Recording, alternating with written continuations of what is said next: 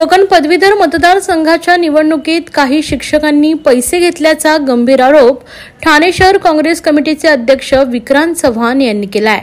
CET आणि नीट परीक्षांचे फुटलेले पेपर आणि कोकण पदवीधर मतदारसंघाच्या निवडणुकीत मतदान करण्यासाठी काही शिक्षकांनी पैसे घेतल्याचं समजतंय. दोन्ही घटनांमध्ये शिक्षकी पेशा बदनाम झाला असून या प्रकरणाची चौकशी व्हावी अशी मागणी आज एका पत्रकार परिषदेत ठाणे शहर काँग्रेस कमिटीचे अध्यक्ष ॲडव्होकेट विक्रांत चव्हाण यांनी केले. सर्व मेडिकल फील्डचे ॲडमिशन करता 24 लाख विद्यार्थी बसले होते. या परीक्षेमध्ये अतिशय गोंधळाचं वातावरण तयार झाल्यानं पेपर फुटल्याचं उघड झालं. बिहार आणि महाराष्ट्रात काही ठिकाणी पेपर फुटलेला आहे आणि त्याच्यामुळे या विद्यार्थ्यांचं नुकसान झाल्याबद्दल विक्रांत चव्हाण यांनी चिंता व्यक्त केली. मागील 7 वर्षांमध्ये जवळपास 70 पेपर फुटलेत. यातील अतिशय अनेक महत्त्वाच्या परीक्षा आहेत. देशातील अनेक केंद्रातील शिक्षक किंवा मुख्याध्यापक किंवा कर्मचारी यांचा या परीक्षा प्रक्रियेशी थेट संबंध येतो. पेपर फुटीमध्ये जसा काही शिक्षकांचा थेट संबंध आला तसा कोकण पदवीधर मतदारसंघात पैशांचा पाऊस पडला. काही शिक्षक आणि संस्था चालकांनी यात आपले हात ओले करून घेतलं असल्याचं समजतंय. पेपर फुटी आणि पदवीधर निवडणुकीत झालेल्या गैरप्रकाराची चौकशी करण्याची मागणी यावेळी ॲडव्होकेट विक्रांत चव्हाण यांनी केली आहे. 10वी आणि 12वीच्या ज्या परीक्षा असतात त्याच्यानंतर एंट्रन्स एक्झामिनेशन आपल्या देशात सुरू झालेले आहेत. वेगवेगळ्या अभ्यासक्रमांसाठी पोस्ट ग्रॅज्युएशन ग्रॅज्युएशन अभ्यासक्रमांसाठी या परीक्षा सुरू झालेल्या आहेत. त्याच्याच एक भाग म्हणून नीट आहे या ठिकाणी. आणि नीट एक फक्त हे आहे, निमित्त आहे, परंतु या सगळ्या ज्या परीक्षा आहेत याच्यात सर्रास पेपर फुटी होते. आणि त्यामुळे जे खऱ्या अर्थाने अभ्यास करून शिक्षण घेणारी जी मुलं असतात, गरिबांचे असतील श्रीमंतांचे असतील, रात्रंदिवस जे अभ्यास करतात व त्यांची बौद्धिक क्षमता वापरून ते जास्ती मार्क मिळवतात, त्यांची या ठिकाणी कुठेतरी गळचेपी होते, फसगत होते. कारण हे पेपर फुटल्यामुळे जे अभ्यास करत नाहीत किंवा जे पेपर विकत घेऊ शकतात अशी मंडळी, बोकस मंडळी या ठिकाणी जास्ती त्याच लेवलची मार्क घेऊन पास होतात. आणि त्यामुळे ह्या ठिकाणी समतोल राहत नाही पुढच्या ह्याच्यामध्ये, अभ्यासक्रमामध्ये किंवा नोकऱ्यांमध्ये याच्यामध्ये समतोल राहत नाही. कारण अशी चुकीची लोक चुकीच्या ठिकाणी जातात चुकीच्या मार्गाने. आणि त्यामुळे ही पेपर फुटी जी झाली आहे हिचा थेट संबंध एक काल परवाच्या पदवीधर निवडणुका असतील किंवा शिक्षक मतदारसंघाच्या निवडणूक याच्याशी जोडला जातो. कारण शिक्षकच या ठिकाणी जे अभ्यास बसवतात, अभ्यासक्रम जे पेपर बसवतात, पेपर सेट करतात, तेच पाकिटं घ्यायला लागलेत या ठिकाणी असं आम्हाला समजलंय. त्यांनीच पाकिटं घेऊन मतदान केलंय.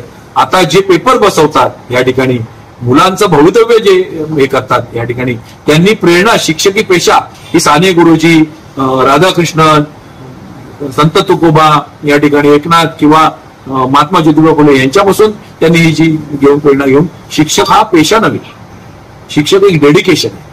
आणि त्यामुळे तेच जर पाकिट घेऊन या ठिकाणी मतदान करत असतील तर ही शोकांतिका आहे देशाची. या ठिकाणी कसे तुमचं आमचं भवितव्य, नागरिक कसे काय घडणार याच्यातून चांगले नागरिक. आणि म्हणून या सगळ्या प्रकरणाची चौकशी झाली पाहिजे.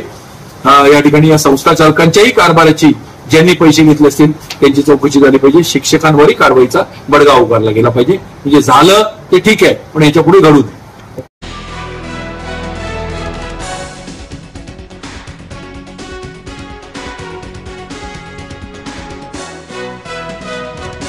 बनावट कागदपत्रे तयार करून त्या आधारे न्यायालयात बोगस जामीन देणाऱ्या टोळीचा ठाणे नगर पोलिसांनी पर्दाफाश केलाय.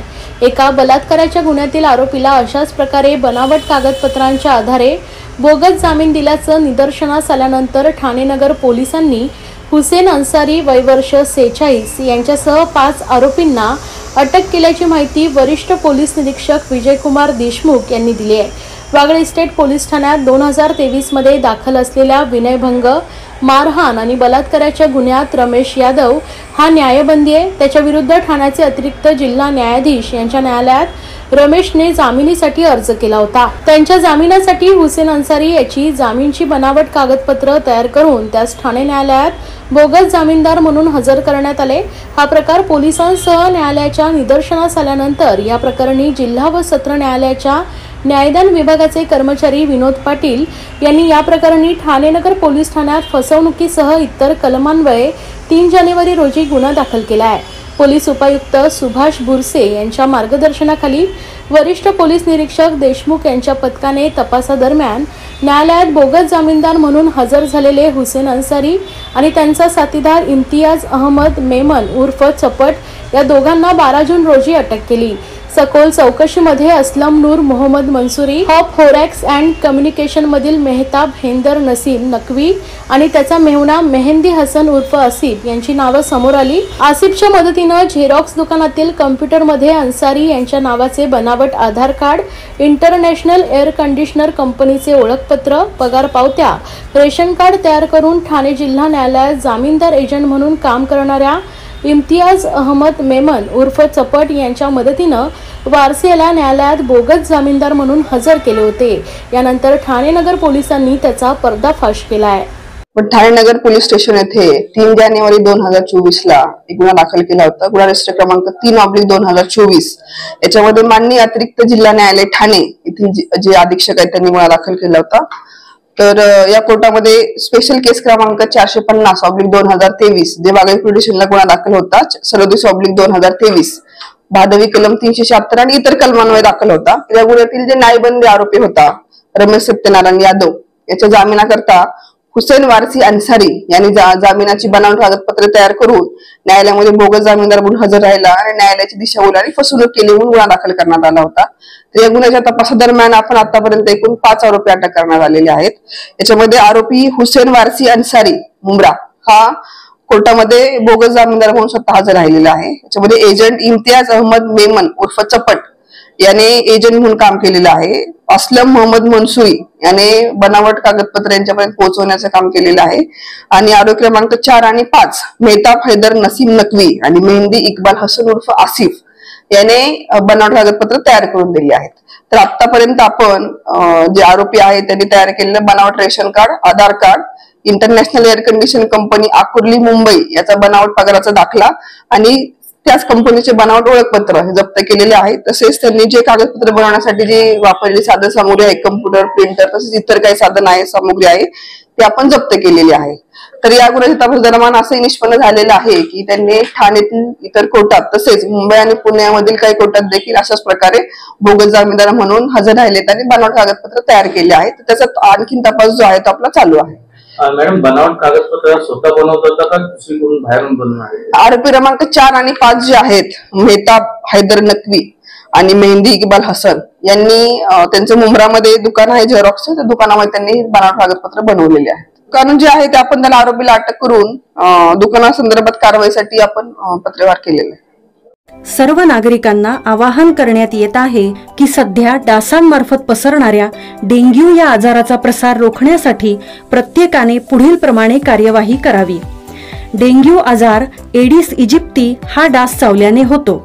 या डासांची पैदास साचलेल्या किंवा साचवलेल्या स्वच्छ पाण्यामध्ये होते। 8 दिवसांपेक्षा जास्त दिवस पाणी उघडे व साचून राहिल्यास त्यात डास अंडी घालतात। अंड्यांच्या अळ्या तयार होऊन पुढे डास तयार होतात। यासाठी आपल्या घरातील पाणी साठे उदाहरणार्थ बॅरल्स, पिंपे, टाक्या, हौद, रांजणे इत्यादी दर आठवड्याला रिकामे करून घासून पुसून कोरडे करून पुन्हा भरावे। 1 दिवस कोरडा दिवस म्हणून पाळावा। पाणी साठ्यांना घट्ट झाकणे बसवावीत किंवा जुनी साडी, चादर, धोतर यांनी बांधून झाकून ठेवावीत, म्हणजे डास त्यात जाऊन अंडी घालणार नाहीत। घराच्या गच्चीवर, आजूबाजूला, अंगणात कोठेही पाणी साचू देऊ नये। भंगार सामान उघड्यावर टाकू नये, उदाहरणार्थ टायर्स, प्लास्टिक सामान, कुंड्या, टाकाऊ वस्तू इत्यादी। अशा सामानात पावसाचे पाणी साठून त्यात डेंग्यूच्या डासांची पैदास होते। घरातील कूलर्स, फ्रीजच्या पाठीमागील ट्रे हे देखील वेळोवेळी कोरडे करावेत। लक्षात ठेवा, नुसत्या फवारणीने डास घनता कमी होत नाही, तर त्यासाठी डास पैदास ठिकाणे नष्ट करणे ही आपल्या सर्वांची जबाबदारी आहे। कोणताही ताप अंगावर न काढता जवळच्या शासकीय रुग्णालयात मोफत औषधोपचार घ्या। अशा प्रकारे नागरिकांनी सहकार्य केल्यास डेंग्यूचा प्रसार रोखणे सहज शक्य आहे।